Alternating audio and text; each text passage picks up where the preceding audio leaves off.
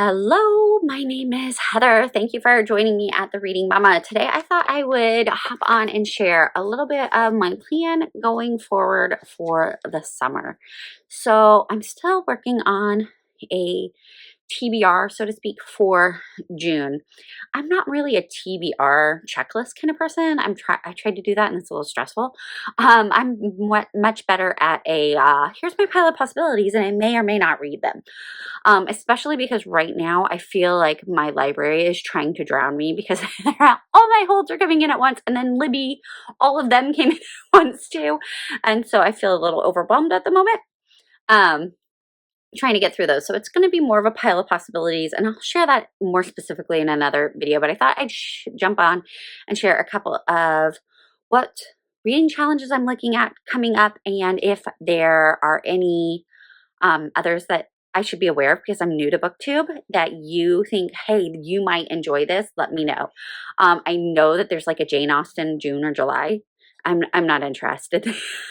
I love Jane Austen and she's great, but I am not in the mental place for I'm not in that place for Jane this year.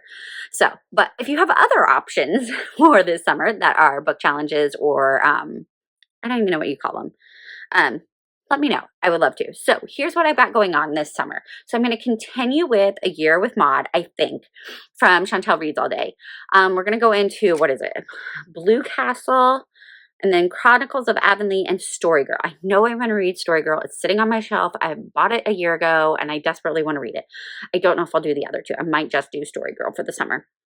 And then the other one by Chantel Reads All Day is Read Your Bookshelf Challenge. And so for the month of June, the prompt is bird. And I don't know why I have to say bird like Bambi every time, but I did. Sorry. And so I'm going to read The Hunger Games, and I would show you the cover, but it is, maybe I can get it.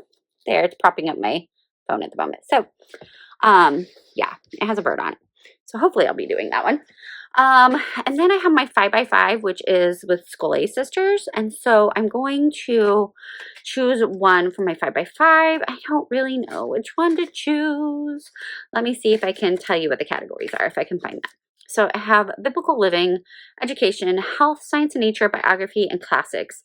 And really, I could pick any of them. I think I've done like 2 from every category already, or I've DNF'd them. So yeah, I've had a lot more DNFs this year. So I'm going to go through those categories and choose a book for the summer, like just one for the summer. May or may not get to it. And then I have my 40 by 40, which I really need to work on since I turned 40 in September. So that will probably be like the crux of what I read this summer. And then I also have a lot of pre-reading for school because we are a literature-based homeschool. And then going into summer challenges, I'm looking ahead, and I honestly don't know any others than the Jane Austen one that's coming up that I'm just like wrote off because I'm not doing it.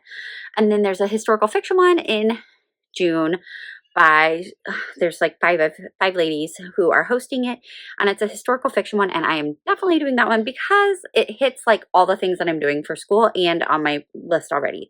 So there is, it's called Read Historical Fiction 2025. That's the hashtag, okay? And there is Shelly at Shelly Swearingen, and she said read a book about a real person. That's historical fiction.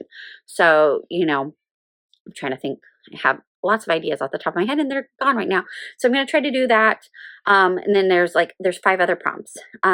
Charlotte at Coney. I don't know. Coney Reads.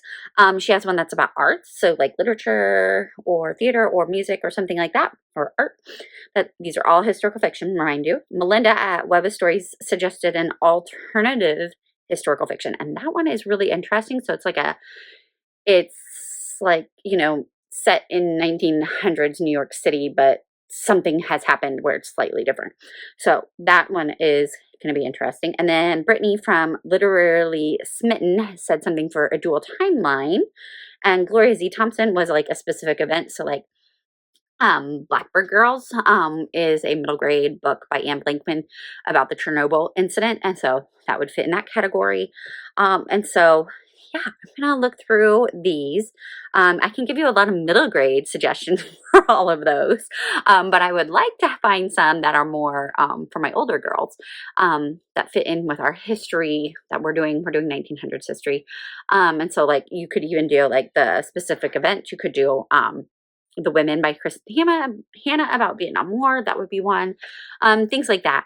And so I'll come back with what I'm doing for those specifically in the future. But right now, that is the only readathon, reading challenge, whatever you want to call it, that I'm doing this summer. And that's for June. I would love to do something for July and August. I don't know what's going on. I'm new to BookTube, and I am looking forward to doing Sci-Fi September and series September, because September is my birthday month, and those are two things that I love. I love a good series and I love a good sci-fi.